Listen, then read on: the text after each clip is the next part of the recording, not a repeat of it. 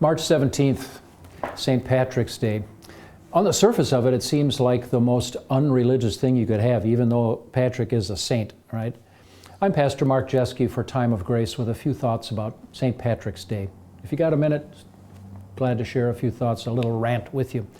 You know, it's called St. Patrick, but if you look around what's going on in our city here in Milwaukee or any place else, all you're going to see are bar specials all that whole time, and you're going to see leprechauns and green stuff hanging and shamrocks hanging all over the place, and there sure won't seem to be much Christianity, which is kind of sad in a way. And I'm looking for friends to help me reclaim St. Patrick's Day for Jesus, for Christianity, because Patrick was an outstanding, amazing Christian evangelist and organizer of outreach. He was actually not even Irish. Patrick's British, and he was seized as a slave and forced to work in sheep fields as a shepherd by Irish raiders who kidnapped him from his ancestral home in Britain.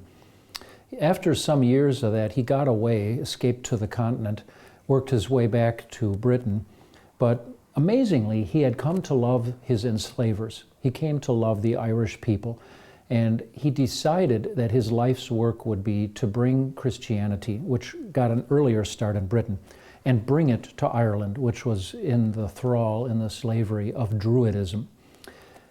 Patrick was astonishingly successful, and using the concept of establishing missionary monks and cloisters where men would gather, and when they would reach critical mass, they'd split off like cell mitosis and then move another batch off and start another one.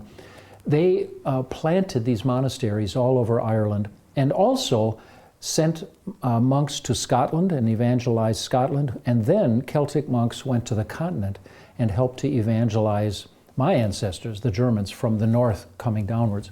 Extraordinary stuff. I'd encourage you, if you'd really like to see some depth to St. Patrick's Day, to read up a little bit on the real Patrick. So if you're going to have a beer or two that night and enjoy yourself with your friends, well, you can do that too. But think a little bit about the real Patrick and maybe, like me, imitate some of the outstanding features of this evangelist for the Lord Jesus in a culture that seemed totally against it. Happy St. Patrick's Day.